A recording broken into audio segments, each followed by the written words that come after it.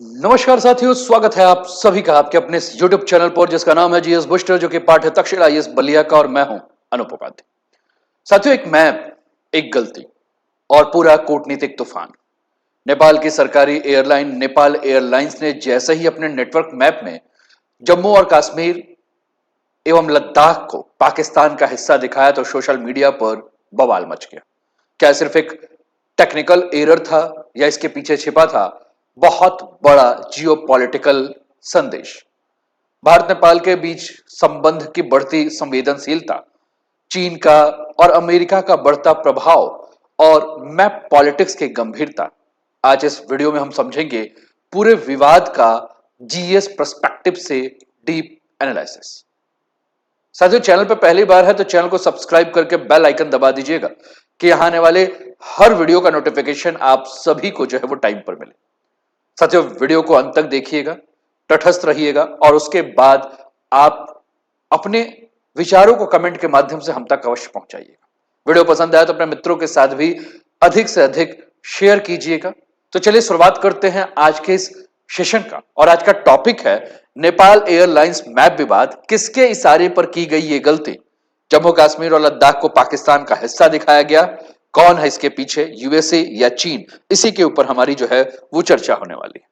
साथियों, दो न्यूज़पेपर की कटिंग है, एक तरफ द पायनियर है और दूसरी तरफ एनडीटीवी वर्ल्ड है, जिन्होंने इस न्यूज को कवर किया है। पायनियर लिखता है, Nepal Airlines map row airline apologise after showing Jammu and Kashmir as a part of Pakistan.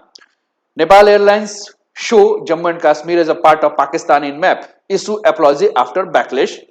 क्या कहा है? We have immediately removed the post and are conducting an internal review to ensure our materials meet the highest standard of accuracy. ठीक, इसी पर बातें जो है की गई, और ये नेपाल एयरलाइन जो कि वहां के सरकारी एयरलाइंस है उसके द्वारा ये कहा गया। चलिए और आगे बढ़ते हैं, और ये आपके स्क्रीन पर जम्मू और कश्मीर को पाकिस्तान में जो दिखाया गया है, ये नक्शा आपको आपके स्क्रीन पर जो है वो देखने को मिल रहा है। नेपाल एयरलाइंस ने जो है मैप शो किया था, जिसके बाद बवाल जो है बढ़ गया। लेकिन फिर ध्यान रखिएगा, पाकिस्तान को ही क्यों दिखाया गया? साथियों, आप ऑपरेशन सिंदूर को याद कीजिए, आज से लगभग एक साल पहले जब आप ऑपरेशन सिंदूर को याद करेंगे तो आपको याद होगा कि भारत के खिलाफ पाकिस्तान और चीन दोनों मिलकर जो है वो भारत के खिलाफ पाकिस्तान का जो सहयोग है वो अमेरिका और चीन दोनों कर रहे थे।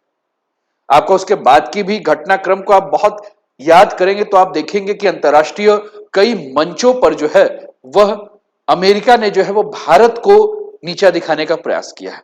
वर्तमान में चाहे हम ईरान के मुद्दे को भी लेकर देखें तो नीचा दिखाने का प्रयास किया गया। दूसरा, नेपाल में जब सरकार बदली तो आपने ध्यान दिया होगा कि किस प्रकार से चाइना और अमेरिका दोनों चाहते हैं कि नेपाल में उनकी पकड़ जो है बहुत ज्यादा मजबूत।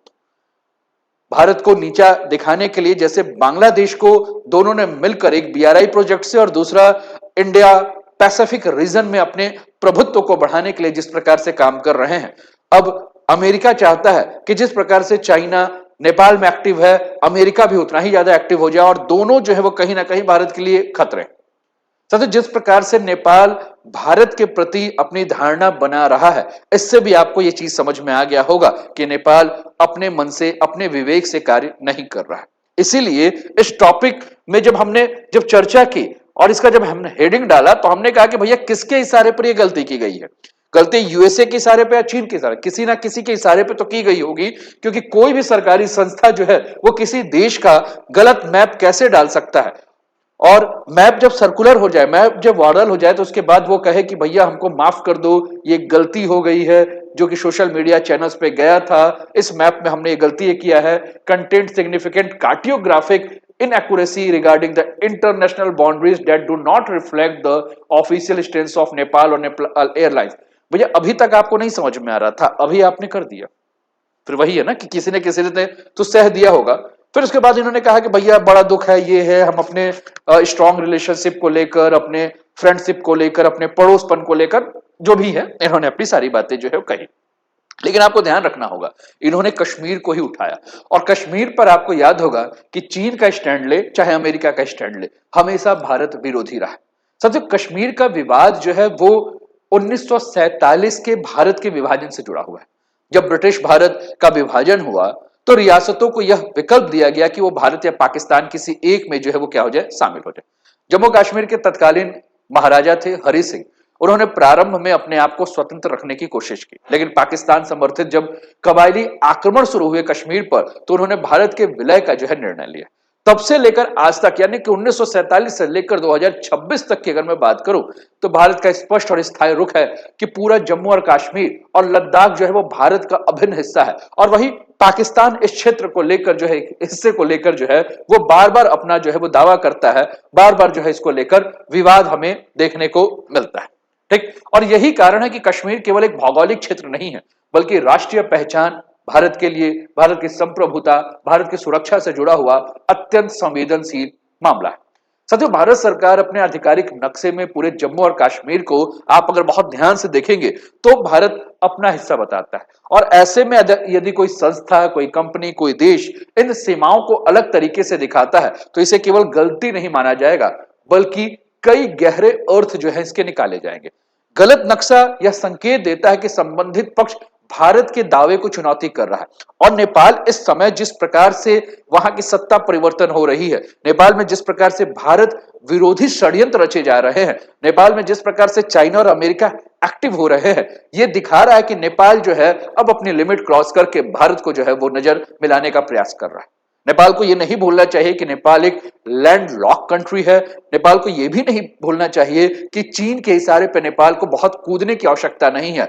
वेनेजुएला का हाल जो है वो नेपाल को याद रखना चाहिए, है ना। लास्ट में कुछ चाइना कहीं हेल्प नहीं करेगा, लास्ट में इंडिया ही काम आएगा। श्रीलंका का हाल भी नेपाल को याद रखना चाहिए कि किस प्रकार से जब बीच मझधार में श्रीलंका फंस गया तो लास्ट में भारत ही काम आया।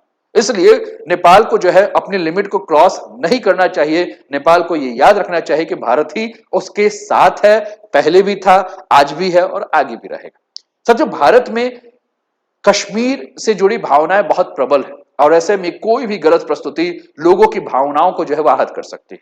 नक्शे चाहे अंतरराष्ट्रीय मंच पर ऑफिशियल पोजीशन का जो संकेत है, वह इसलिए एक छोटी सी गलती अगर हो भी रही है तो दो देशों के संबंधों में तनाव पैदा कर सकती है। और इसे ही आधुनिक समय में मैप पॉलिटिक्स कहा जाता है या कार्टोग्राफिक एग्रेशन जो है वो कहा जाता है। साथियों, भारत और नेपाल के संबंधों के बारे में अगर हम बात कर रहे हैं तो ऐतिहासिक रूप से दोनों के संबंध बहुत ही घनिष्ठ रहे और बहुत ही विशेष रहे। दोनों देशों के बीच में अगर हम बात करें तो हम रामायण काल से अगर हम बात करें, मां सीता और प्रभु श्री राम को लेकर अगर हम बात करें तो तभी से रोटी बेटी का रिश्ता है। दोनों देशों के बीच में खुली सीमा है, लोग बिना वीजा जा सकते हैं, सांस्कृतिक और धार्मिक पारिवारिक संबंध बहुत गहरे हैं। लेकिन हाल के वर्षों में कुछ मुद्दे जो है इस रिश्ते का तनाव जो है वो पैदा कर रहे हैं। साथियों, अगर हम लीपू लेक की बात करें, हम काला पानी की बात करें, तो ये लीपू लेक विवाद या काला पानी की अगर हम बात कर रहे हैं, इन मुद्दों के कारण हम क्या देख रहे हैं कि नेपाल में भारत के प्रति कुछ राजनयिक असंतोष बढ़ा है और दोनों देशों के बीच कहीं ना कहीं विश्वास की कमी देखने को मिली। ऐसे संवेदनशील भू राजनीतिक माहौल में अगर नेपाल एयरलाइन जैसी संस्था कोई गलत नक्शा प्रस्तुत करती है तो यह केवल एक टेक्निकल एरर नहीं माना जाएगा, बल्कि इसे कूटनीतिक संकेत, राजनीतिक संकेत या रणनीतिक गलती के रूप में जो है वो देखा जा सकता है। और निष्कर्ष इसका यही कहा जा सकता है कि आज के समय में नक्शे केवल ज्योग्राफी नहीं बताते, बल्कि जियोपॉलिटिक्स को भी जो है तय करते हैं। साथियों, ये जो नक्शे की राजनीति है, जो पॉलिटिकल टूल के रूप में जो इसका प्रयोग किया जा रहा है, नक्शे केवल भौगोलिक जानकारी देने का माध्यम नहीं, बल्कि वे राजनीतिक शक्ति और दावे का सबसे प्रभावी उपकरण जो है वो बन चुके हैं। जब कोई देश या कोई संस्था किसी क्षेत्र को अपने नक्शे में दिखाती है तो वह केवल सीमा नहीं दिखाई रही, बल्कि यह संदेश भी दे रही है कि यह क्षेत्र हमारा है, यह हमारी संप्रभुता के अंतर्गत आता है। और इसलिए नक्शों को समय के साथ पॉलिटिकल डॉक्यूमेंट जो है माना जाता है। अगर किसी देश ने नक्शे में जम्मू और कश्मीर और लद्दाख को गलत तरीके से दिखाया है तो इसके कई गंभीर अर्थ निकाले जा सकते हैं। सबसे पहला, क्या नेपाल भारत की संप्रभुता को चुनौती देने का प्रयास कर रहा है?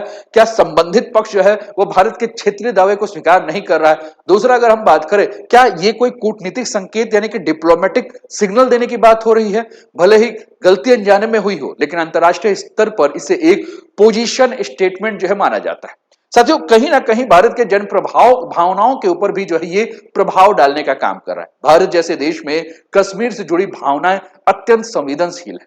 लोग भारत में कश्मीर को लेकर इतने ज्यादा भावनात्मक रूप से लगे हुए हैं कि वो सीधे कहते हैं कि कश्मीर अगर आप बात करोगे, कश्मीर के बारे में कुछ अनर्गल बात करोगे तो हम आपको चीर देंगे। और इसलिए ऐसी गलती तुरंत जन आक्रोश और राजनीतिक प्रतिक्रियाओं को जो है वो जन्म देती है। और ये केवल भारत तक सीमित नहीं है, दुनिया भर में नक्शे को लेकर विवाद होते रहते हैं। चाहे हम चाइना या साउथ चाइना में अगर हम बात करें तो 9 लाइन को दिखाना जो है विवाद है। रशिया द्वारा क्रीमिया को अपने नक्शे में शामिल करना, चाहे इजराइल फिलिस्तीन विवाद को अगर हम बात करें, और ये सभी के सभी उदाहरण हैं कि नक्शा एक राजनीतिक हथियार के रूप में जो है इस्तेमाल हो रहा है। सच, भारत अपनी टेरिटोरियल इंटीग्रिटी यानी कि क्षेत्रीय अखंडता को लेकर जो है वो बहुत स्पष्ट और सख्त रुख अपनाता है। और इसी कारण जब भी किसी नक्शे या बयान में भारत की सीमाओं को गलत तरीके से दिखाया जाता है तो केवल एक गलती नहीं बल्कि राष्ट्रीय हित का जो है वो मुद्दा बन जाता है। और ऐसे मामलों में संभालने की जिम्मेदारी जो है वो किसके पास हो जाती है? तो मिनिस्ट्री ऑफ एक्सटर्नल अफेयर्स, जो कि तुरंत प्रतिक्रिया देता है। और भारत का आधिकारिक रुख बार बार ये बात करता है, बार बार अंतर्राष्ट्रीय मंचों पर हमने इस बात को स्पष्ट कर दिया है कि जम्मू और कश्मीर जो है वह और लद्दाख जो है वो भारत का अभिन्न और अविभाज्य हिस्सा है और इस पर किसी भी प्रकार का समझौता नहीं हो सकता है। और किसी देश को हम माफ नहीं कर सकते हैं कि वो हमारे इस हिस्से को गलत तरीके से प्रस्तुत करे। साथियों, अगर हम कूटनीतिक विरोध की बात करें तो भारत संबंधी देश या संस्था के सामने जो है औपचारिक आपत्ति दर्ज कर रहा है। दूसरा, अगर हम बात करें तो गलत नक्शा जारी करने वाले पक्ष ने अगर तुरंत स्पष्टीकरण सुधार की मांग की जाती है तो वो कर रहा है। लेकिन सरकार अपने स्पष्ट रूप से अपना रुख दोहराती है कि अंतर्राष्ट्रीय समुदाय जो है किसी भी प्रकार के भ्रम में ना रहे। हाल में जो नेपाल एयरलाइंस के द्वारा जो गलती की गई है, जो नक्शा दिखाया गया है, इस नक्शे के बारे में अगर हम और भी बात करें तो हम सीधे यही कह सकते हैं कि जो नक्शा दिखाया गया है, भारत इस मुद्दे पर गंभीर कूटनीतिक चूक के रूप में इसको देख रहा है। मिनिस्ट्री ऑफ एक्सटर्नल अफेयर्स इस पर डिप्लोमेटिक प्रोटेस्ट दर्ज करने की तैयारी कर रही है। और साथियों, नेपाल की विदेश नीति की सबसे बड़ी वास्तविकता क्या है कि दो बड़े शक्तिशाली पड़ोसियों के बीच में नेपाल संतुलन बनाने के लिए काम कर रहा है। चाहे हम इंडिया की बात करें चाहे चाइना की बात। भौगोलिक रूप से नेपाल एक लैंड लॉक बफर स्टेट है। इस बात को नेपाल को समझना होगा। नेपाल इस बात को नहीं बोल सकता है कि उसको चाइना और इंडिया के बीच में ही रहना है, और इसलिए उसकी रणनीतिक अक्सर बैलेंसिंग डिप्लोमेसी पर आधारित होनी चाहिए। यानी दोनों देशों के साथ संबंध बनाए रखना नेपाल की मजबूरी है, लेकिन किसी एक पर अगर वो निर्भर रहना चाहता है तो वो निर्भर नहीं रह सकता। और हाल के वर्षों में जिस प्रकार से बदलाव हमें देखने को मिल रहा है, नेपाल जिस प्रकार से चीन की तरफ बढ़ रहा है, उसके यहां बीआरआई के माध्यम से सड़क, rail, hydro power infrastructure projects चल रहे हैं, चाहे बीआरआई के माध्यम से निवेश हो रहा है, आर्थिक सहयोग में तेजी आ रही है। ये कहीं ना कहीं ये दिखा रहा है कि नेपाल गलत हाथों में जा रहा है और नेपाल का दुरुपयोग जो होगा। भारत के साथ अगर हमने काला पानी और लिपू लेक के विवाद की बात की तो राजनीतिक बयानबाजी और नक्शा विवाद 2020 से हमें देखने को मिल रहा है, और कुछ समय के लिए कहीं ना कहीं भारत और नेपाल के बीच में ट्रस्ट डेफिसिट हुआ। और ऐसे संवेदनशील जियोपॉलिटिक्स माहौल में अगर नेपाल एयरलाइंस जैसी घटना होती है तो कहीं ना कहीं ये जो है इसे एक्सीडेंटल ही घटना क्या ना हो, इसके पीछे बहुत गहरे संकेत जो है वो हमें देखना होगा कि कहीं ये ऐसा तो नहीं कि कोई राजनीतिक रुझान दिखाया जा रहा है, कहीं ऐसा तो नहीं कि चीन का फैक्टर है। चीन जिस प्रकार से अपने संबंधों को बढ़ाने का प्रयास कर रहा है, भारत के प्रति जो है वह अप्रत्यक्ष रूप से संदेह पैदा कर रहा है। कहीं ऐसा तो नहीं कि पहले से जो मौजूद छोटे छोटे मतभेद जो हैं वो इस घटनाओं को बढ़ाने की बात कर रहे हैं। कहीं ऐसा तो नहीं कि कई बार नेपाल के आंतरिक राजनीतिक समीकरण जो है वो भारत के प्रतीक जो है वह एक गलत रुख को लेकर चल रहा है। साथियों, ये पूरा का पूरा युग जो है वो डिजिटल युग है, और एक छोटी सी गलती जो है वो कहीं ना कहीं एक बहुत बड़ा जो है वो समस्या बनकर आ जाता है ना। तो अगर हम नेपाल को लेकर अगर हम बात करें तो जो इस प्रकार की गलतियां हुई हैं वो तुरंत अगर हम बात कर रहे हैं साथियों, तो सोशल मीडिया एम्प्लीफिकेशन के माध्यम से जो है, चाहे हम एक्स की बात करें, चाहे फेसबुक की बात करें, चाहे इंस्टाग्राम की बात करें, तुरंत वायरल हो जा रहा है। लोग के अंदर आक्रोश आ जा रहा है, और कहीं ना कहीं आक्रोश जो है वो कूटनीतिक दबाव बना रहा है। सरकार को अब सिर्फ कूटनीति नहीं बल्कि पब्लिक परसेप्शन को जो है संभालना है। और अब विदेश नीति सिर्फ सरकार नहीं बल्कि जनता, सोशल मीडिया सब मिलकर जो है वो तय करते हैं। सच, इंडिया और नेपाल के संबंधों में ऐसी घटनाएं विश्वास को जो है प्रभावित कर सकती हैं, खासकर जब मुद्दा संवेदनशील हो। पहले से मौजूद ट्रस्ट डेफिसिट और भी गहरा हो सकता है। भारत में इस घटना को लेकर संदेह जो है बढ़ सकता है। लेकिन इसके पॉजिटिव साइड भी हैं साथियों। पॉजिटिव साइड ये है कि नेपाल एयरलाइंस ने अगर तुरंत पोस्ट हटाया, तुरंत माफी मांगा है, तो एक प्रभावी डैमेज कंट्रोल करने की बात है। लेकिन नेपाल इस मुद्दे को बढ़ाना नहीं चाहता। चलिए ठीक है, ये भी बात है। वह द्विपक्षीय संबंधों को खराब नहीं करना चाहता है, यह भी अच्छी बात है, लेकिन फिर भी इस बात को समझना होगा साथियों कि ये जो घटना है यह आधुनिक अंतरराष्ट्रीय संबंधों में नक्शे यानी कि मैप केवल भौगोलिक दस्तावेज नहीं है बल्कि राजनीतिक और कूटनीतिक संवेदनशीलता के प्रतीक हैं। इस चीज को समझना होगा साथियों। साउथ एशिया में सीमा विवाद जटिलता के कारण एक छोटी सी तकनीकी त्रुटि भी अगर हम बात करें, एक छोटी सी अगर गलती भी होती है वो ब्लंडर बन जाएगा। कूटनीतिक तनाव और विश्वास संकट का जो कारण है ये कहीं ना कहीं जो है वो दो देशों के बीच में दूरियां जो है वो लेकर आ सकता है। और संस्थानों को कार्टोग्राफिक एक्यूरेसी पर विशेष ध्यान देना होगा। भारत नेपाल को संवाद और विश्वास बहाली के ऊपर जो है वो फोकस करना होगा। आपको क्या लगता है? आप कमेंट के माध्यम से अपनी राय जो है वो अवश्य रखें। उम्मीद करता हूं कि आपको आज का वीडियो पसंद आया होगा। अभी तक चैनल को सब्सक्राइब नहीं किया तो सब्सक्राइब कर दीजिए, कमेंट नहीं किया तो कमेंट कीजिए, वीडियो को लाइक नहीं किया तो लाइक कर लीजिए और अपना ध्यान रखिए। स्वस्थ रहिए, मस्त रहिए, तंदुरुस्त रहिए, हंसते खेलते मुस्कुराते हुए जीवन का आनंद लीजिए। जय हिंद, जय भारत।